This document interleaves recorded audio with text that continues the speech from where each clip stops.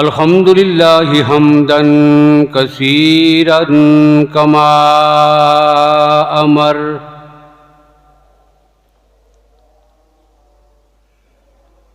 व नशहदु अल्ला इलाहा इल्लल्लाहु वहदहु ला शरीका लह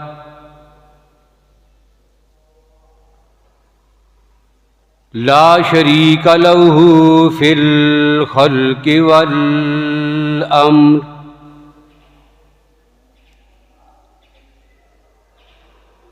इरगामन लिमन जहद बिही व कफर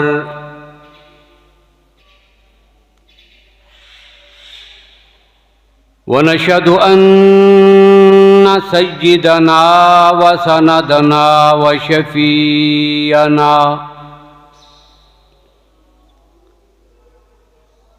शफीअना मुहम्मदन अब्दुहु व रसूलुहु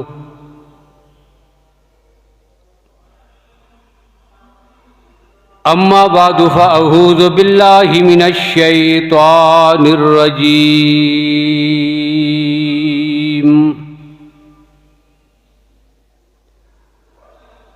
बिस्मिल्लाहिर रहमानिर रहीम।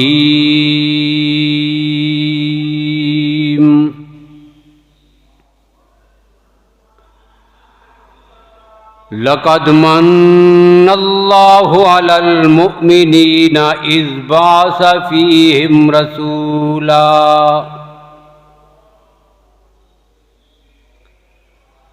व क़ालल्लाहु तबारक व तआला फ़ी मुक़ामिन आख़र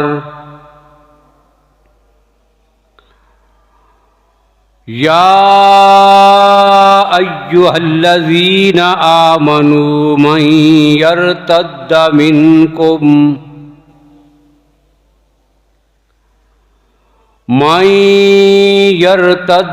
मिनकुम अन दीनिही फसौफ यअतिल्लाहु बिक़ौम युहिब्बुहुम व युहिब्बूनहु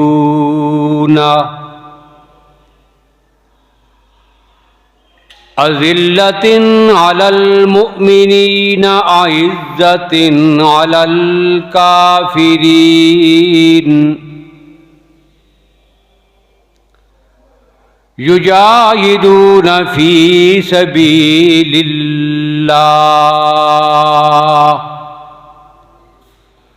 वला यख़ाफ़ून लौमत लाइम ज़ालिका फ़ज़्लुल्लाहि युअतीहि मन यशा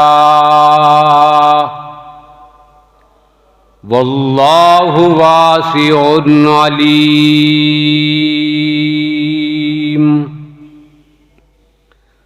सदक़ल्लाहु मौलानल अज़ीम।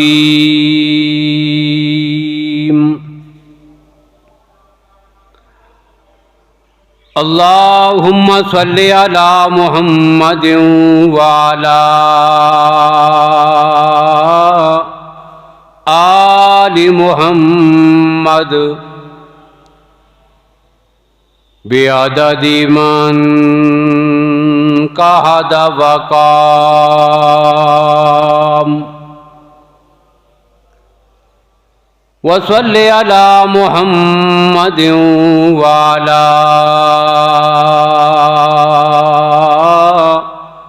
आलि मुहम्मद बिअददि मन सल्ला व साम।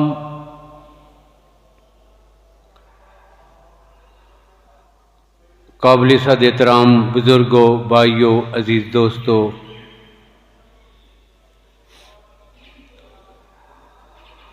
माह रबीउल अव्वल का मुबारक महीना शुरू हो चुका है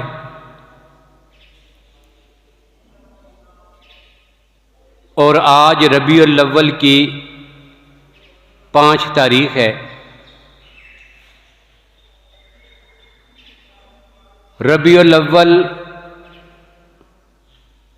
इस्लामी साल का तीसरा महीना है।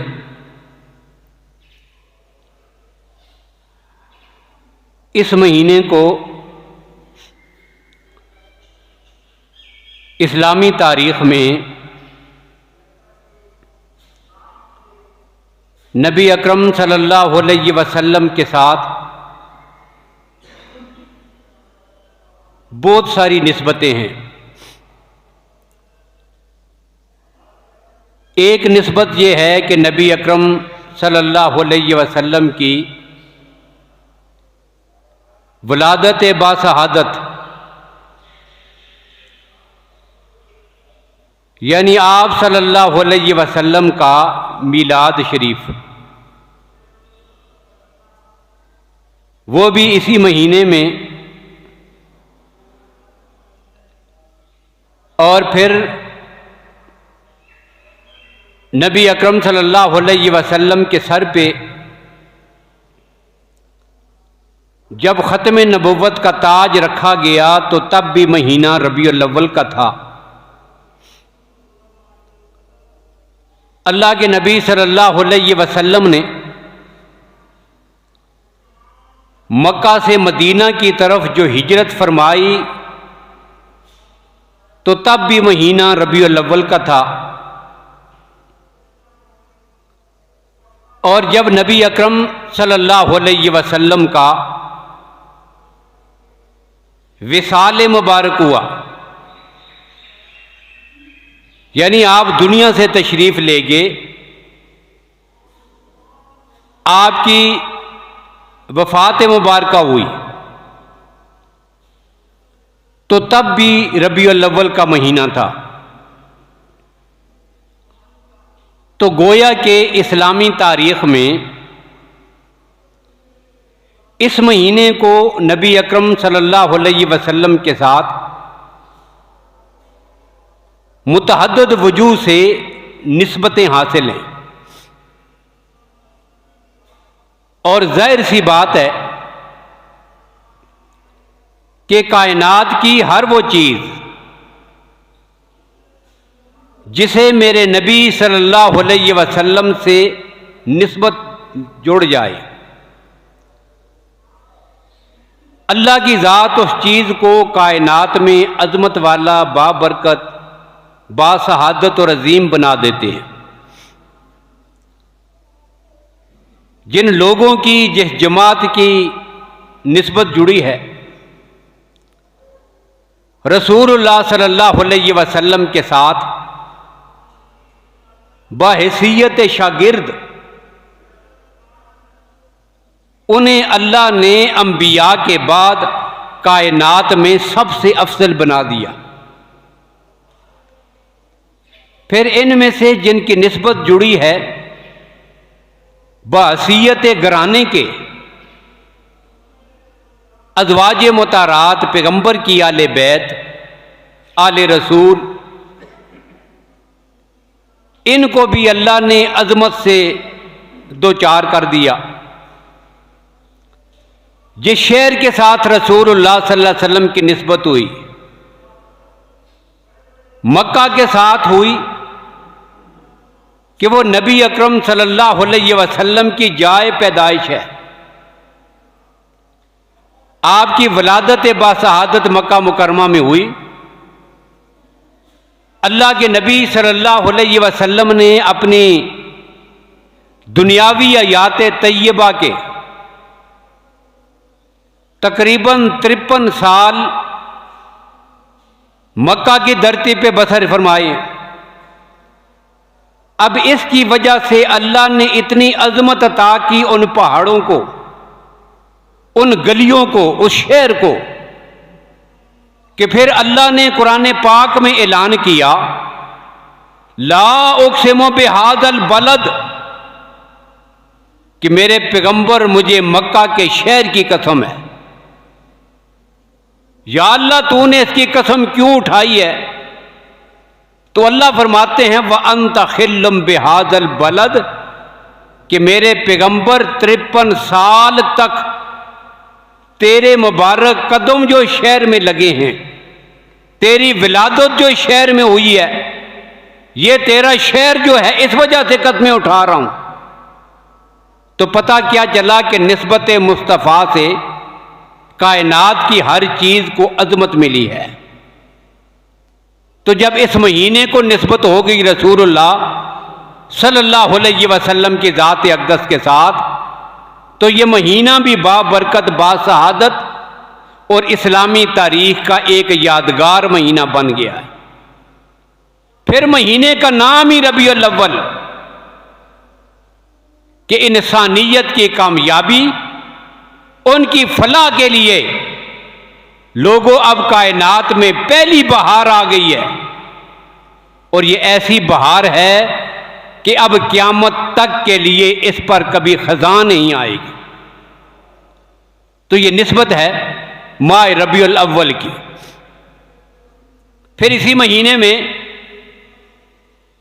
जो मशहूर दो काम थे वो ये हैं कि एक नबी अकरम सल्लल्लाहु अलैहि वसल्लम की वलादत बासहादत,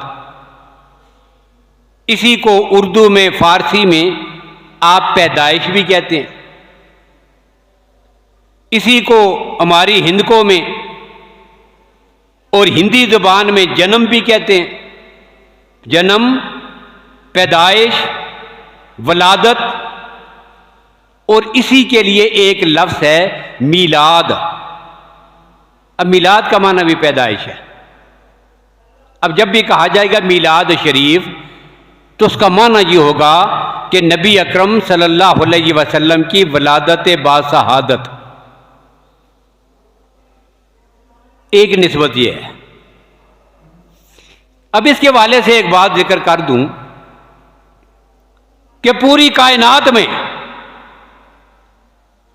बिला तफरीक के मजहब, मुसलमान हो कि गैर मुस्लिम हो, हिंदू है, सिख है, ईसाई है, यहूदी है, मुसलमान है, फिर मुसलमानों का हर फिरका, हर मसलक, हर ग्रोह, हर तबका,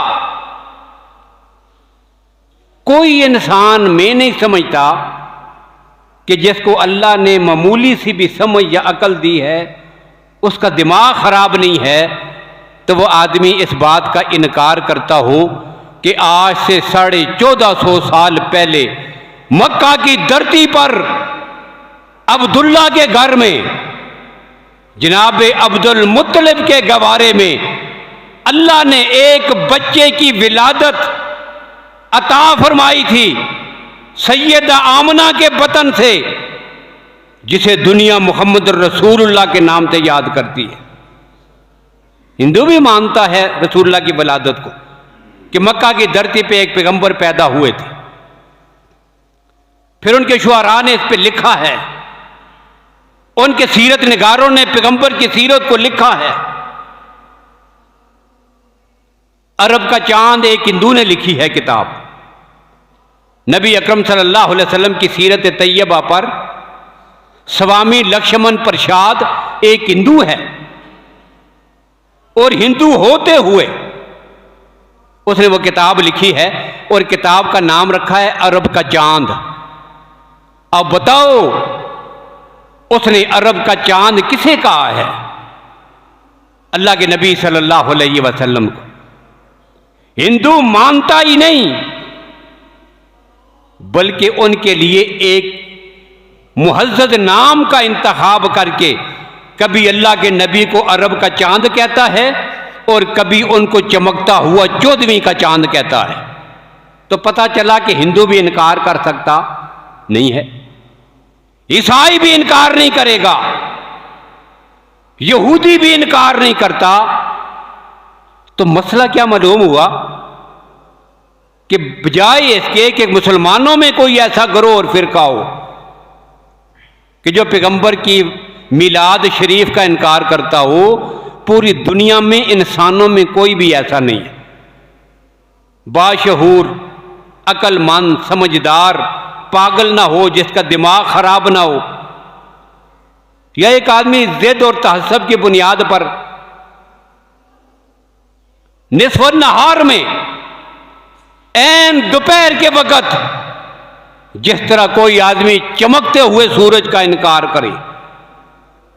अब बाहर सूरज चमक रहा है, धूप लगी है, एक आदमी धूप पे खड़ा है और सूरज की रोशनी की वजह से उसकी आंखें भी नहीं खोल रही, लेकिन उस जिद पे अड़ गया है, कहता है सूरज कोई नहीं है।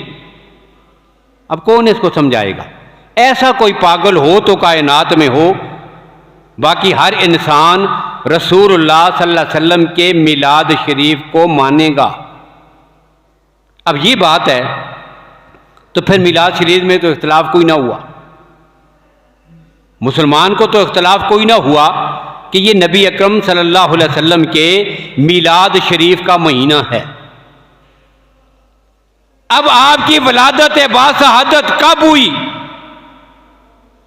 दो चीजें मुतय्यन हैं, सोमवार का दिन और रबीउल अव्वल का महीना। अब तारीख मुतय्यन नहीं है। तमाम सीरत निगारों ने इसमें इख्तिलाफ ही लिखा है, कुछ ने 2 रबीउल अव्वल, कुछ ने 8 रबीउल अव्वल, बाद ने 9 रबीउल अव्वल, और अवाम के यहाँ सबसे मशहूर कौल 12 रबीउल अव्वल। बिल्कुल इसी तरह आपकी तारीख विसाल और वफात शरीफ में भी इख्तिलाफ, उसमें भी 2 रबीउल अव्वल, 12 रबीउल अव्वल।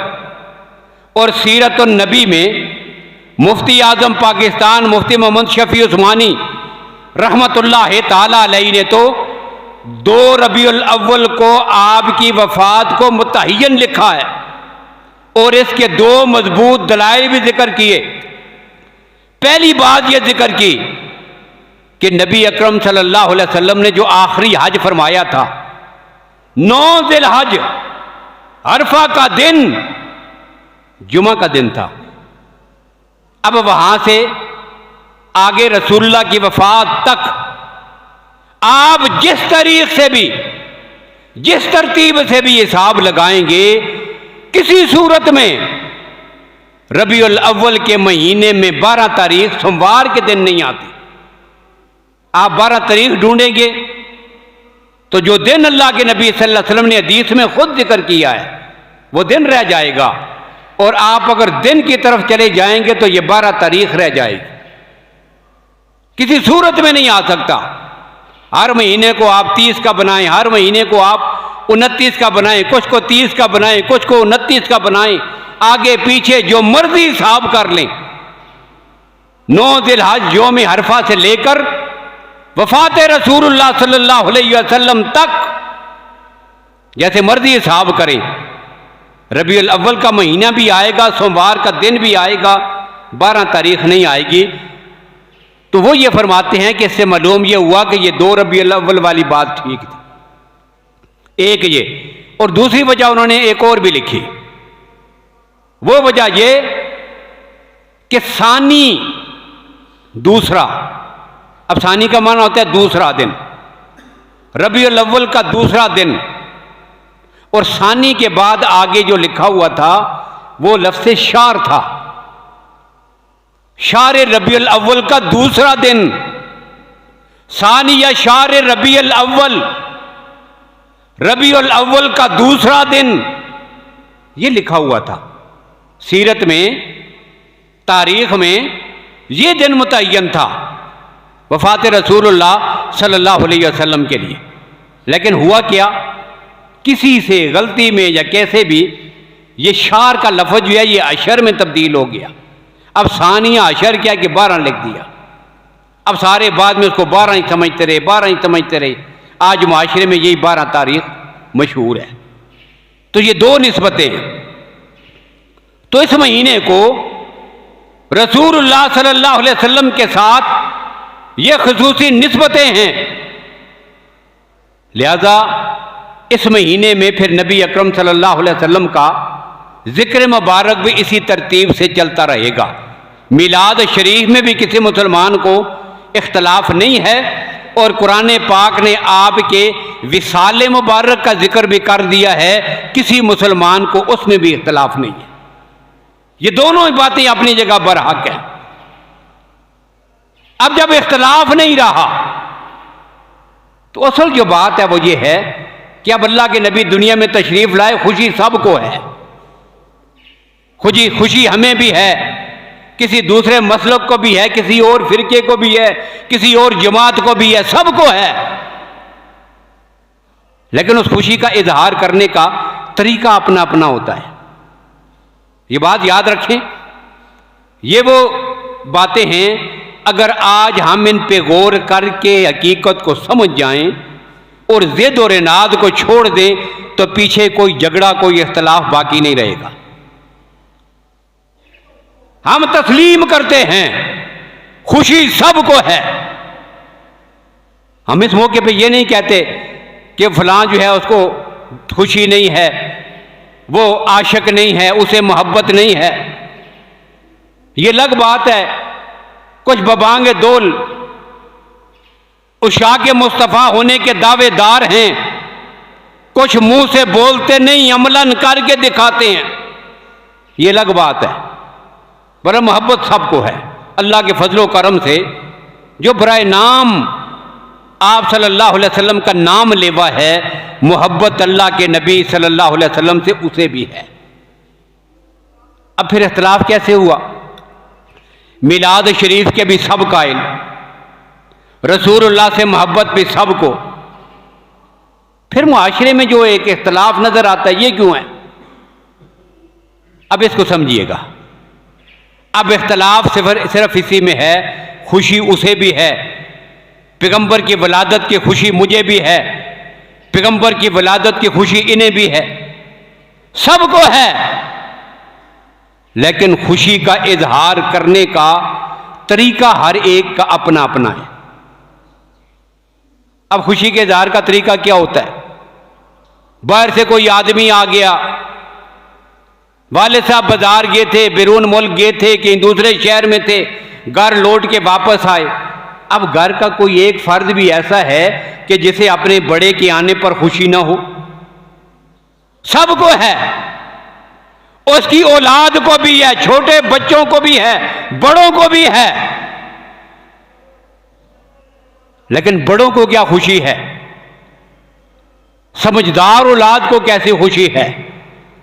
घर के बड़ों को भी खुशी है।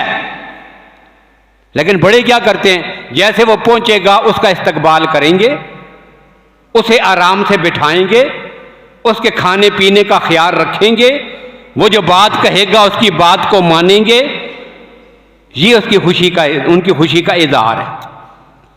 अब एक तबका और भी है, उसे बड़ी खुशी है, लेकिन खुशी का इजहार कैसे करेगा?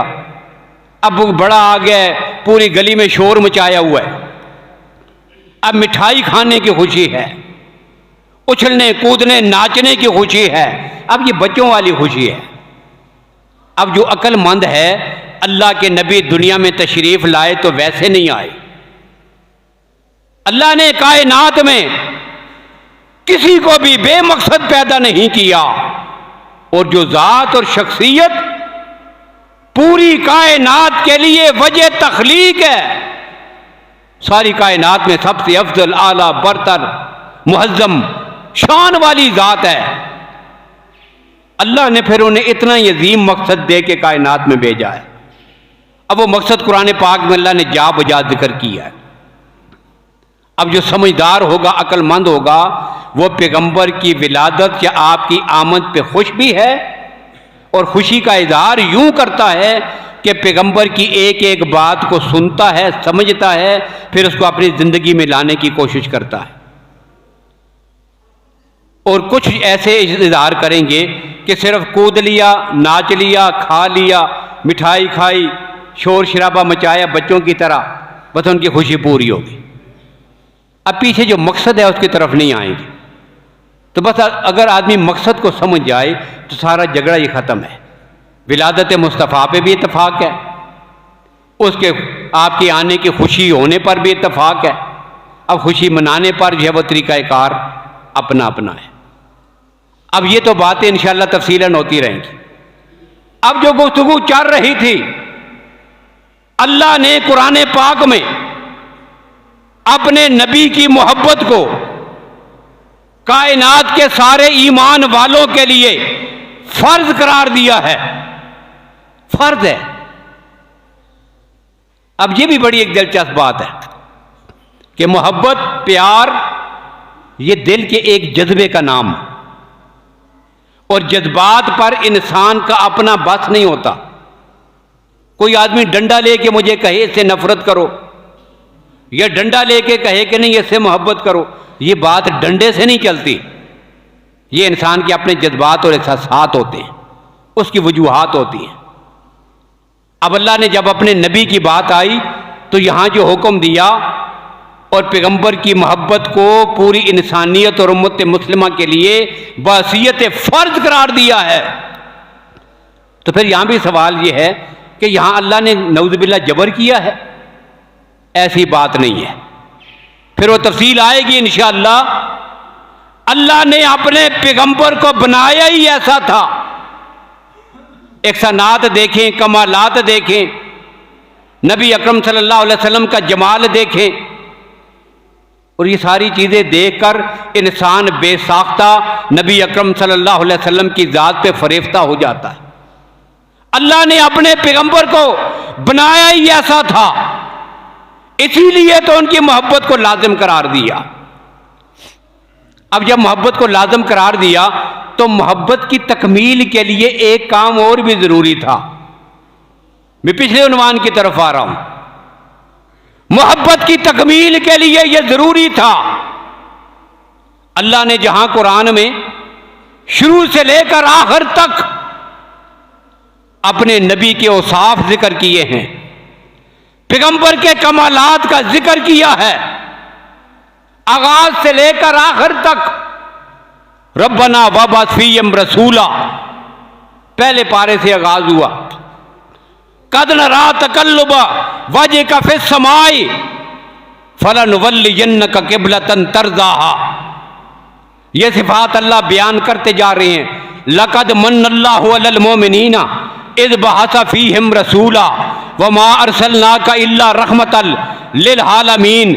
यासीन, ताहा, या अय्युहल मुज़म्मिल, या अय्युहल मुद्दस्सिर, या अय्युहन नबिय्यो इन्ना अरसलनाका शाहिदन व मुबश्शिरन व नज़ीरन व दाइयन इलल्लाहि बिइज़्निही व सिराजम मुनीरा व ज़ुहा व लैलि इज़ा सजा मा वद्दअका रब्बुका व मा कला अलम नशरह लका सदरक व वज़ाना अन्का विज़रक इन्ना आतैना कल कौसर। शुरू से आखिर तक अल्लाह अपने पैगंबर के कमाल जिक्र करता है। अब बंदा जब कुरान पढ़ता है और कुरान ख़त्म होता है, उसके वजूद के एक एक अंग में आकाए कायनात की मोहब्बत भर जाती है। अब इस मोहब्बत का एक और तकाजा था जिसकी तरफ मैं आ रहा हूं। तकाजा क्या था कि जब अल्लाह ने इतना महबूब पैगंबर बनाया है, उसकी मोहब्बत को फर्ज करार दिया है, तो जरूरी था कि फिर अल्लाह ऐसी हस्ती को खातमुन नबीयीन बनाए। यह खत्म नबुव्वत पैगंबर की मोहब्बत का लाजमी तकाजा है। क्यों? अगर रसूलुल्लाह के बाद कायनात में अल्लाह ने किसी नबी को भेजना होता, अल्लाह का कोई नबी आना होता दुनिया में, अल्लाह उस नबी को भेज देते। अब जाहिर है उस नबी के आने की वजह से उसकी उम्मत उसके साथ मोहब्बत करती। अब जब उनके साथ मोहब्बत करती, उस नबी के साथ, वो अल्लाह का सच्चा नबी होता, अल्लाह की तरफ से आया होता, उसकी उम्मत उसके साथ मोहब्बत करती। अब ये नबूवत और रिसालत की जो मोहब्बत है, ये उस दूसरी शख्सियत के लिए तकसीम हो जाती कि ना? अब मोहब्बत बांटी जाती, तकसीम हो जाती।